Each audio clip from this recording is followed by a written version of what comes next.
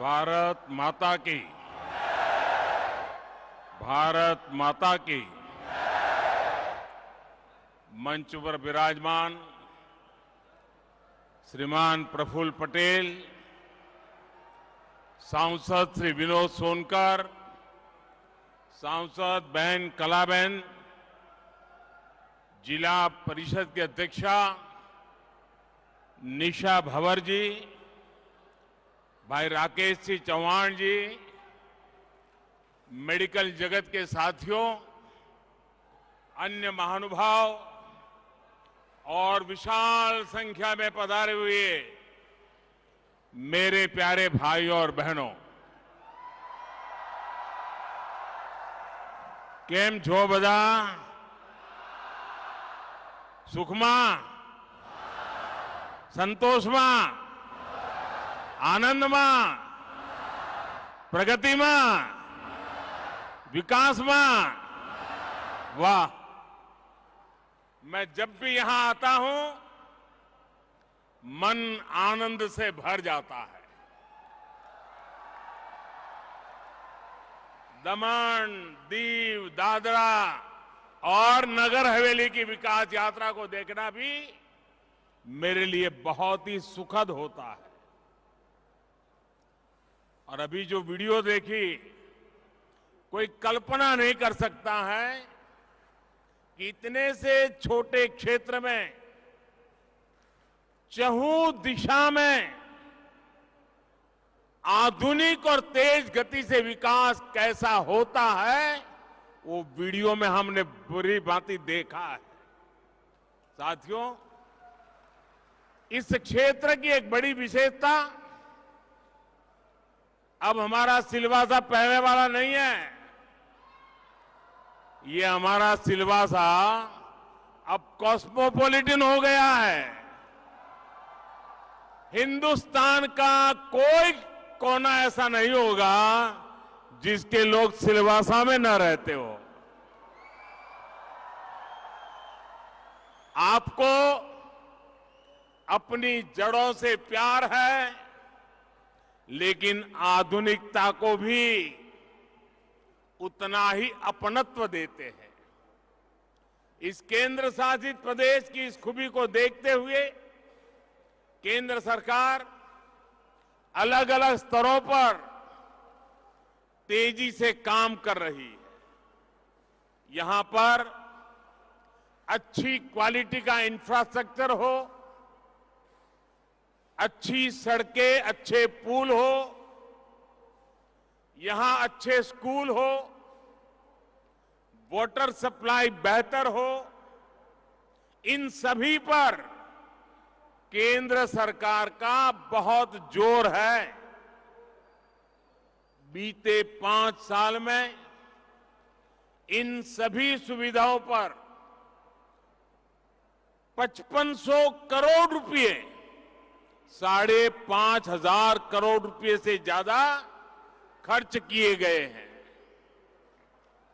बिजली बिल से जुड़ी व्यवस्था हो, सारी स्ट्रीट लाइट को एलईडी से जगमगाना हो, ये क्षेत्र तेजी से बदल रहा है।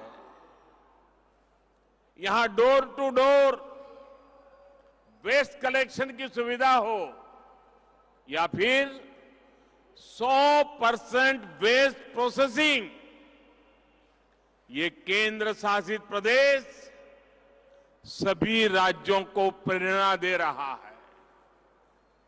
यहां जो नई इंडस्ट्रियल पॉलिसी लाई गई है, वो भी यहां औद्योगिक विकास बढ़ाने में, रोजगार के नए मौके बनाने में मददगार साबित हो रही है।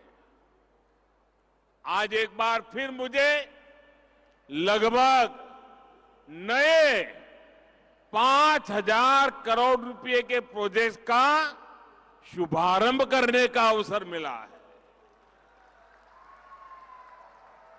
ये project health, housing, tourism, education, और अर्बन डेवलपमेंट से जुड़े हैं।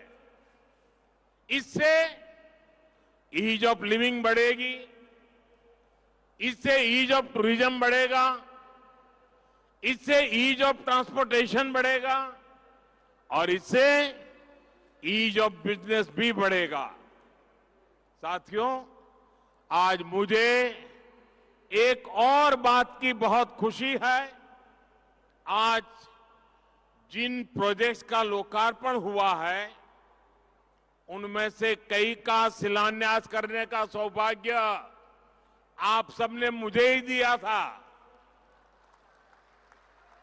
लंबे समय तक हमारे देश में सरकारी प्रोजेक्ट्स सालों साल तक लटकते थे, अटकते थे, भटकते थे। कई बार तो शिलान्यास के पत्थर भी पुराने होकर के गिर जाते थे, लेकिन प्रोजेक्ट पूरे नहीं होते थे। लेकिन पिछले 9 वर्षों में हमने देश में एक नई कार्यशैली विकसित की है, नया वर्क कल्चर लाए हैं। अब जिस कार्य की नींव रखी जाती है, उसे तेजी से पूरा करने का भी भरसक प्रयास किया जाता है। एक काम पूरा करते ही हम दूसरा काम शुरू कर देते हैं। सिलवासा का एक कार्यक्रम इसका प्रत्यक्ष प्रमाण है। इसके लिए मैं आप सभी को बहुत बहुत बधाई देता हूं। साथियों, केंद्र की भाजपा सरकार सबका साथ, सबका विकास, सबका विश्वास और सबका प्रयास के मंत्र पर चल रही है। देश के हर क्षेत्र का विकास हो, देश के हर क्षेत्र का संतुलित विकास हो, इस पर हमारा बहुत जोर है। लेकिन देश का ये भी दुर्भाग्य रहा है कि अनेक दशकों तक विकास को राजनीति के वोट बैंक के तराजू पर ही तोला गया।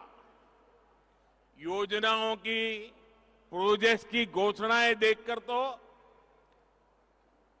बहुत कुछ होती थी, लेकिन कैसे होती थी, कहां से कितना वोट मिलेगा, किस वर्ग को खुश करने से वोट मिलेगा, जिनकी पहुंच नहीं थी, जिनकी आवाज कमजोर थी, वो अभाव में रहे, विकास यात्रा में पीछे छूटते गए। यही कारण है कि हमारे आदिवासी क्षेत्र, हमारे सीमावर्ती क्षेत्र विकास से वंचित रह गए। हमारे मछुआरों को उनके हाल पर छोड़ दिया गया। दमन, दीव, दादरा और नगर हवेली को भी इसी रवैये की बहुत कीमत चुकानी पड़ी है। मैं तो गुजरात में था, मैं लगातार देखता रहता था कि क्या करके रखा है इन लोगों ने। आज जिस मेडिकल कॉलेज को अपना कैंपस मिला है, वो इस अन्याय का बहुत बड़ा साक्षी रहा है। आप सोचिए साथियों, आजादी के दशक बीत गए, लेकिन दमन, दीव, दादरा और नगर हवेली में एक मेडिकल कॉलेज नहीं बना था। यहां के इने गिने कुछ युवाओं को किसी तरह डॉक्टर की पढ़ाई का अवसर मिल पाता था, वो भी दूसरी जगह पे। इसमें भी आदिवासी परिवारों के बेटे बेटियों की भागीदारी तो बिल्कुल ना के बराबर थी। जिन्होंने दशकों दशक तक देश पर शासन किया, उनको यहां के युवाओं के साथ हो रहे इस भयंकर अन्याय की चिंता कभी भी नहीं हुई। वो समझते थे इस छोटे से केंद्र शासित प्रदेश का विकास करके उन्हें कुछ हासिल नहीं होगा। वो आपके इस आशीर्वाद का मूल्य कभी समझ ही नहीं पाए। 2014 में जब आपने हमें सेवा का अवसर दिया तो हमने आपकी सेवा की भावना से काम करना शुरू किया, समर्पण भाव से काम करना शुरू किया। इसी का परिणाम है कि दमन, दीव, दादरा और नगर हवेली को अपना पहला नेशनल एकेडमिक मेडिकल ऑर्गेनाइजेशन नमो मेडिकल कॉलेज मिला। अब यहां से हर वर्ष करीब करीब 150 स्थानीय युवाओं को डॉक्टरी की पढ़ाई करने का अवसर मिल रहा है। कुछ ही वर्षों में, बहुत निकट भविष्य में 1000 जितने डॉक्टर यहीं से तैयार हो जाएंगे। आप कल्पना कीजिए, इतने छोटे से इलाके से 1000 डॉक्टर। इनमें भी हमारे आदिवासी परिवार के युवाओं की संख्या निरंतर बढ़ रही है। मैं यहां आने से पहले एक समाचार रिपोर्ट में एक बिटिया की बात भी पढ़ रहा था। आदिवासी परिवार से ही आने वाली ये बिटिया अभी यहां मेडिकल में पहले साल की पढ़ाई कर रही है। उस बिटिया ने अखबार वालों से को कहा कि मेरे परिवार को तो छोड़िए, मेरे पूरे गांव में कभी कोई डॉक्टर नहीं बन सका था। अब वो बिटिया इसे अपना सौभाग्य मानती है कि दादरा और नगर हवेली में ये मेडिकल कॉलेज बना है और वो उसकी छात्रा है। साथियों, सेवा भावना ये यहां के लोगों की पहचान है। मुझे याद है, कोरोना के समय मैं यहां के मेडिकल स्टूडेंट्स ने आगे बढ़कर लोगों की मदद की थी। और कोरोना के समय तो परिवार में भी कोई एक दूसरे की मदद नहीं कर पाता था। तब यहां के स्टूडेंट्स गांवों में मदद करने पहुंचे थे। और मैं उन विद्यार्थी मित्रों से कहना चाहूंगा, आप लोगों ने जो विलेज एडॉप्शन प्रोग्राम चलाया था, उसका जिक्र मैंने मन की बात में भी किया था। यहां के डॉक्टरों ने, मेडिकल स्टूडेंट्स ने जिस तरह अपने कर्तव्यों का पालन किया है, वह सभी के लिए बड़ी प्रेरणा है। मैं आज इस कार्य के लिए यहां चिकित्सा सुविधा से जुड़े हर व्यक्ति की सराहना करूंगा। भाई और बहनों, सिलवासा का ये नया मेडिकल कॉलेज यहां पर स्वास्थ्य सुविधाओं पर दबाव भी कम करेगा। आप भी जानते हैं कि यहां पास में जो सिविल अस्पताल है, उस पर कितना प्रेशर था। अब तो यहां दमन में एक और 300 बेड का नया अस्पताल बन रहा है। सरकार ने आयुर्वेदिक अस्पताल के निर्माण के लिए भी अपनी मंजूरी दे दी है। यानी आने वाले समय में सिलवासा और ये पूरा क्षेत्र स्वास्थ्य सुविधाओं को लेकर बहुत मजबूत होने वाला है। साथियों, आपको याद होगा, गुजरात के मुख्यमंत्री के रूप में भी मैं यहां बहुत बार आया हूं, आपके बीच आया हूं। जब मैं वहां सरकार में आया था तो देखा था कि अंबाजी से लेकर के उमरगांव तक के आदिवासी पट्टे में किसी स्कूल में साइंस की पढ़ाई नहीं होती थी। जब साइंस की पढ़ाई नहीं होगी तो फिर बच्चे डॉक्टर और इंजीनियर कैसे बनेंगे? इसलिए मैंने वहां स्कूल कॉलेजों में साइंस की पढ़ाई शुरू करवाई। हमारे आदिवासी बच्चों को एक बड़ी दिक्कत दूसरी भाषाओं में पढ़ाई से भी होती है, किसी भी बच्चे को होती है। अंग्रेजी में पढ़ाई होने के कारण गांव के गरीब, दलित, वंचित आदिवासी परिवारों के अनेक प्रतिभाशाली बेटे बेटियां डॉक्टर, इंजीनियर नहीं बन पाते थे। हमारी सरकार ने अब इस समस्या का समाधान भी कर दिया है।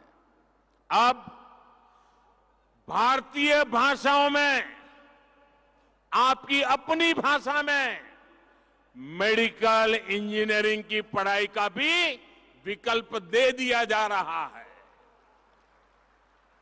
इससे भी इस क्षेत्र के बच्चों को बहुत बड़ी मदद मिलने वाली है। अब गरीब मां का बच्चा भी डॉक्टर बनने का सपना संजो सकता है। साथियों, आज मेडिकल कॉलेज के साथ साथ यहां इंजीनियरिंग कॉलेज का भी लोकार्पण हुआ है। इससे यहां के करीब 300 युवाओं को हर वर्ष इंजीनियरिंग की पढ़ाई का अवसर मिलेगा। मुझे इस बात की भी खुशी है कि देश के बड़े शिक्षा संस्थान भी दमन, दीव, दादरा और नगर हवेली में अपने कैंपस खोल रहे हैं। दमन में निफ्ट का सैटेलाइट कैंपस बना है। सिलवासा में गुजरात नेशनल लॉ यूनिवर्सिटी का कैंपस बना है। दीव में ट्रिपल आईटी वडोदरा ने अपना कैंपस खोला है। ये नया मेडिकल कॉलेज तो सिलवासा की सुविधाओं को नए स्तर पर लेकर जाएगा। मैं इस क्षेत्र के हर विद्यार्थी को ये भरोसा देता हूं कि उनके उज्जवल भविष्य के लिए हमारी सरकार कोई कोर कसर बाकी नहीं छोड़ेगी। भाइयों और बहनों, मैं जब पिछली बार सिलवासा आया था तो मैंने विकास की पंचधारा की बात कही थी। विकास की पंचधारा यानी बच्चों की पढ़ाई, युवाओं को कमाई, बुजुर्गों को दवाई, किसानों को सिंचाई और जन जन की सुनवाई। आज मैं इसमें एक और धारा जोड़ूंगा और ये है महिलाओं को खुद के घर की ढेर सारी बधाई। हमारी सरकार ने बीते वर्षों में देश के 3 करोड़ से अधिक गरीब परिवारों को पक्का घर बनाकर दिया है। यहां भी हमारी सरकार ने 15,000 से ज्यादा घर बनाकर गरीबों को देना तय किया है। इनमें से ज्यादातर घर बनकर तैयार हो चुके हैं। आज भी यहां 1200 से ज्यादा परिवारों को उनके अपने मालिकाना हक वाले घर मिले हैं। और आप ये जानते हैं कि पीएम आवास योजना के जो घर दिए जा रहे हैं उनमें महिलाओं को भी बराबर की हिस्सेदारी दी जा रही है। यानी हमारी सरकार ने यहां दमन, दीव, दादरा और नगर हवेली की हजारों महिलाओं को भी अपने घर की मालकिन बनाने का काम किया है। वरना हम जानते हैं हमारे यहां कैसा होता है, घर का मालिक पुरुष, खेत का मालिक पुरुष, दुकान का मालिक पुरुष, गाड़ी का मालिक पुरुष, स्कूटर है तो भी मालिक पुरुष, महिला के नाम कोई होता ही नहीं है। हमने इन घरों के मालिकाना हक महिलाओं को दिए हैं। और आप ये भी जानते हैं कि पीएम आवास योजना के तहत बना एक एक घर की कीमत कई लाख रुपए होती है। इसलिए ये महिलाएं जिनको ये जो घर मिला है ना, लाखों रुपए की कीमत का घर मिला है, और इसलिए ये हमारे गरीब परिवार की माताएं बहनें, ये हमारी महिलाएं लखपति दीदी बन गई है। अब वो लखपति दीदी के नाम से जानी जाएगी, क्योंकि लाख रुपए से भी ऊपर की कीमत के घर की वो मालकिन बनी है। मैं इन सभी लखपति दीदियों को जितनी बधाई दूं उतनी कम है। उनको मैं विशेष तौर पर बधाई दे रहा हूं।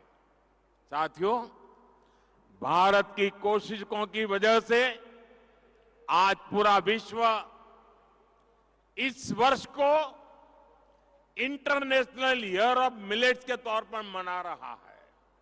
मिलेट्स यानी मोटे अनाज को हमारी सरकार ने श्री अन्न की पहचान दी है।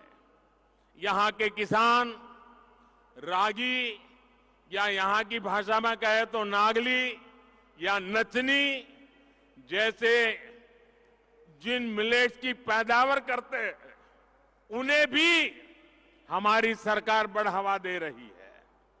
आज रागी से बना आटा हो, रागी से बनी कुकीज हो, रागी से बनी इडली हो, लड्डू हो, इनकी सबकी खपत बढ़ रही है और किसानों को भी फायदा हो रहा है। मैं अक्सर मन की बात कार्यक्रम में इसका जिक्र करता हूं, और आप तो जानते ही हैं, अब तो मन की बात का अगले रविवार को सेंचुरी होने वाला है, 100वां एपिसोड। भारत के लोगों के प्रयासों को सामने लाने का, भारत की विशेषताओं को उनका गौरवगान करने का मन की बात बहुत अच्छा मंच बना है। आपकी तरफ मुझे भी 100वें एपिसोड का बहुत इंतजार है, रविवार का इंतजार है। साथियों, बढ़ती हुई इन सुविधाओं के बीच दमन, दीव, दादरा और नगर हवेली को भारत में कोस्टल टूरिज्म के वाइब्रेंट स्पॉट के रूप में भी देखा रहा है। दमन, दीव, दादरा नगर हवेली के पास देश के महत्वपूर्ण टूरिस्ट डेस्टिनेशन के रूप में उभरने का सामर्थ्य है। आज जब भारत को हम दुनिया का सबसे आकर्षक टूरिज्म डेस्टिनेशन बनाने पर काम कर रहे हैं, तब यहां का महत्व और बढ़ गया है। दमन में राम सेतु और नानी दमन मरीन ओवरव्यू नमोपथ नाम से जो 2 सी फ्रंट्स बने हैं, वो भी यहां टूरिज्म को विस्तार देने में अहम भूमिका निभाएंगे।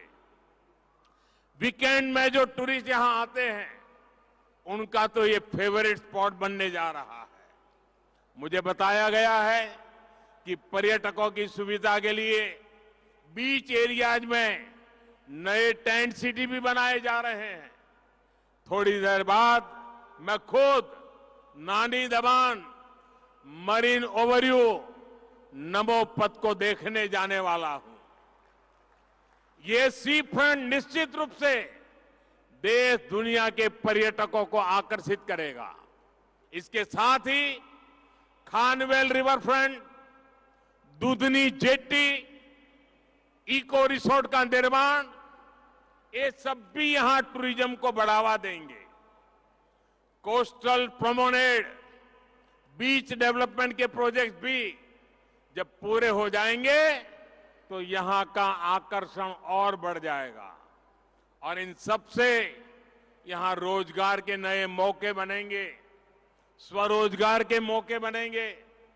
भाइयों और बहनों, आज देश में तुष्टीकरण पर नहीं बल्कि संतुष्टीकरण पर बल दिया जा रहा है। वंचितों को वरीयता, ये बीते 9 वर्ष के सुशासन की पहचान बन चुकी है। केंद्र सरकार देश के हर जरूरतमंद, हर वंचित वर्ग, वंचित क्षेत्र तक सुविधाएं पहुंचाने के लिए तेजी से काम कर रही है। जब योजनाओं का सैचुरेशन होता है, जब सरकार खुद लोगों के दरवाजे तक जाती है, तो भेदभाव खत्म होता है, भ्रष्टाचार खत्म होता है, भाई भतीजावाद खत्म होता है। मुझे खुशी है कि दमन, दीव और दादरा नगर हवेली केंद्र सरकार की अनेक योजनाओं के सैचुरेशन के बहुत निकट पहुंच गई है। आप सभी के ऐसे ही प्रयासों से समृद्धि आएगी, विकसित भारत का संकल्प सिद्ध होगा।